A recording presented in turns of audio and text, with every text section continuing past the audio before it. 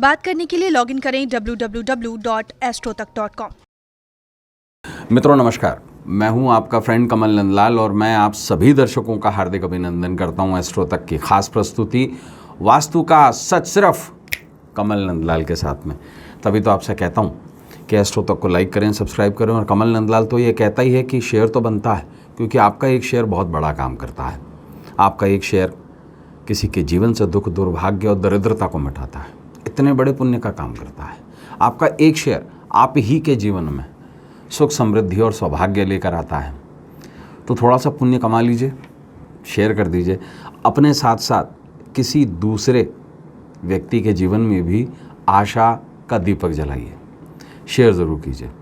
और ख़ास बात क्या, अगर आप मेरी सेवाएं लेना चाहते हैं, मेरी सर्विसेज लेना चाहते हैं, अपनी कुंडली का विवेचन करवाना चाहते हैं, अपनी कुंडली दिखवाकर कोई प्रश्न पूछना चाहते हैं, किसी उलझन में फंसे हुए हैं और सुलझन चाहते हैं, अगर किसी समस्या में हैं उसका समाधान चाहते हैं, या फिर अंकशास्त्र के माध्यम से ही कुछ पूछना चाहते हैं, तो उसके लिए क्या करना है, आपको सीधा आना है हमारी वेबसाइट www.astrotak.com पर और सीधा मेरे प्रोफाइल पर आकर मुझे कॉल मिला लेना है। मैं आपके कॉल का इंतज़ार कर रहा हूँ। तो चलिए अब बढ़ते हैं आगे और वास्तु का सच में सबसे पहले बात करेंगे आज के विशेष टॉपिक पर। मित्रों, आज हम वास्तु का सच में एक बहुत ही खास विषय पर डिस्कस करने जा रहे हैं। वास्तु के अनुसार मोर पंख से ऐसे दूर होगा दुर्भाग्य। मोर पंख, और मैं आपको प्रैक्टिकलिटी में कुछ एग्जाम्पल्स दूंगा, और एक नहीं बहुत सारे धर्मों के दूंगा। क्या आपने मोर पंख हिंदुज़म के अलावा किसी दूसरे धर्म में देखा है? मैं आपको 4 से 5 अलग अलग रिलीजन बता सकता हूँ। तो ऐसा क्या है मोर पंख में कि जो इतना ख़ास बन जाता है? अमूमन हर धर्म में इसी से झाड़ा दिया जाता है, इसे बहुत ही ज़्यादा पवित्र माना जाता है, और इसके पीछे कारण है राहु। देखिए, एक स्पेशलिटी है मोरपंख में, जो मोरपंख को दूसरे झाड़ों से अलग करती है। हिंदुज़म की अगर हम बात करें तो यहाँ पर 2 प्रकार के झाड़े जो हैं वो देखे जाते हैं। नंबर 1, घोड़े के बालों का झाड़ा, जो घोड़े के पूंछ की बाल होती है। आजकल फाइबर का भी इस्तेमाल होने लगा है कई जगह, जिसे मैं ठीक नहीं मानता, जो वास्तु के अनुसार से बिल्कुल ठीक नहीं है। और सबसे ज़्यादा प्रयोग में लाया जाने वाला, अमूमन हर घर में आपको मिल जाएगा, वो है मोरपंख। मोरपंख एक ऐसा नेचुरल प्रोडक्ट है जिसे मोर त्यागता है। जिन परों को मोर त्याग देता है उन्हीं से ही मोरपंख बनता है। और मोरपंख की खासियत है जब ये हवा में रन करता है, और यही नहीं, कोई भी पक्षी का पर, चाहे हमारे बाल, अगर हम हवा में लहराएंगे तो उसके अंदर स्टैटिकल एनर्जी का इस्तेमाल होता है, और ये स्टैटिकल एनर्जी एक चार्ज बनाती है। वही चार्ज जो सर्दी के दिनों के अंदर अगर हम स्वेटर्स पहनते हैं या जैकेट्स पहनते हैं, अगर वो वूलन है तो उनमें एक चार्ज उत्पन्न होता है आपने देखा होगा। लेकिन वूलन से भी ज़्यादा मोरपंख के अंदर लगभग 100 गुना ज़्यादा एक स्टैटिकल चार्ज होता है। वूल या किसी भी तरीके की ऊन उस चार्ज को सस्टेन नहीं कर पाती है, अपने अंदर सोख नहीं पाती है। लेकिन मोरपंख अगर आप देखेंगे, उसकी बनावट देखेंगे, तो वो अंदर से हॉलो होता है। मोरपंख अंदर से हॉलो होता है। आपने देखा होगा मोरपंख कई बार मुड़ भी जाते हैं, और उसके हॉलो होने के कारण से वो इलेक्ट्रिकल स्टैटिकल एनर्जी को कंज्यूम करता है। उसका एक बहुत बड़ा कारण है। और मैंने ऐसे अपने कई यजमानों के घर में देखा अपनी वास्तु विजिट के दौरान कि लोग इसे मंदिर में रख देते हैं, जबकि ऐसा नहीं होना चाहिए। मोरपंख को निश्चित रूप से कुछ कारणों के वजह से मंदिर में रखा जा सकता है, लेकिन इसकी सही जगह रखने की है, वो है दक्षिण पश्चिम दिशा, क्योंकि ये सिंबलिक है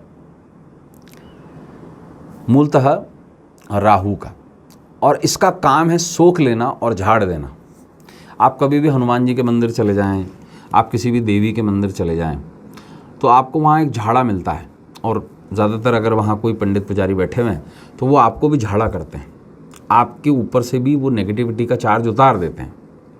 और उसका मूल रूप से जो कारण है वो है झड़ना।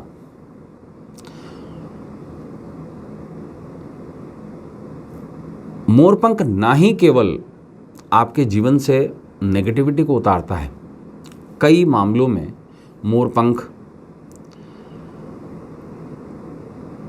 ग्रहों के प्रभाव को भी रोक देता है या उसे सोख लेता है।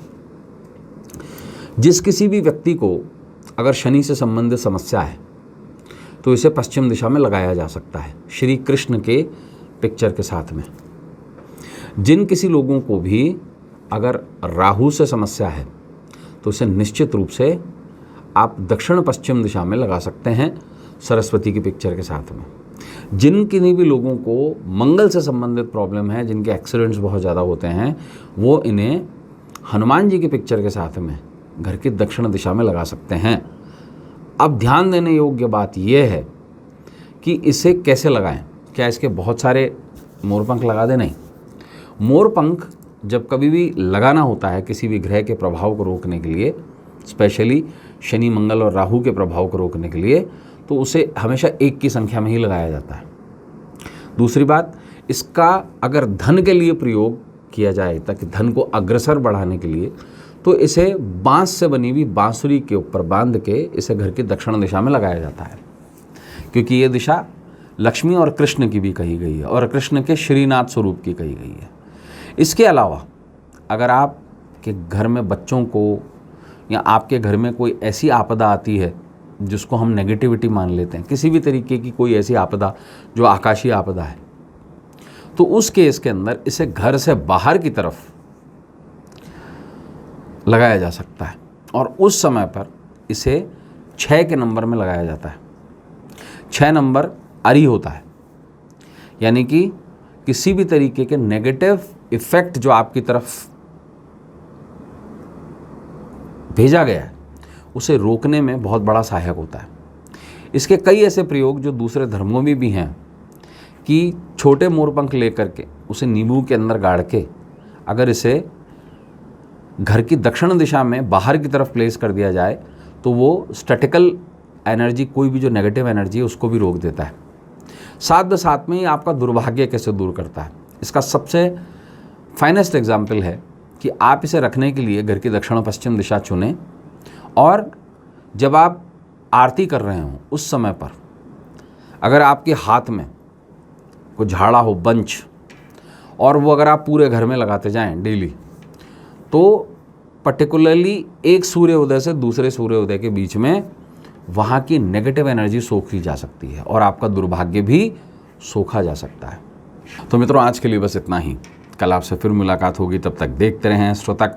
अपने मित्र, अपने सखा, अपने फ्रेंड कमल नंदलाल को इस उम्मीद के साथ इजाज़त दीजिए कि आपका आने वाला कल आज से कुछ बेहतर, कुछ अच्छा हो।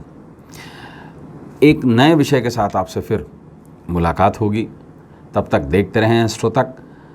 और मेरी सेवाएं लेने के लिए सीधा आना है आपको हमारी वेबसाइट www.astrotak.com पर, और चाहे अपनी कुंडली, चाहे वास्तु के बारे में, अंक शास्त्र के बारे में आप डिस्कस कर सकते हैं, और सीधा मुझे astrotak.com पर आकर कॉल मिला लीजिए। तो चलिए, कल फिर मुलाकात होती है। इजाज़त दीजिए। नमस्कार, नमः शिवाय।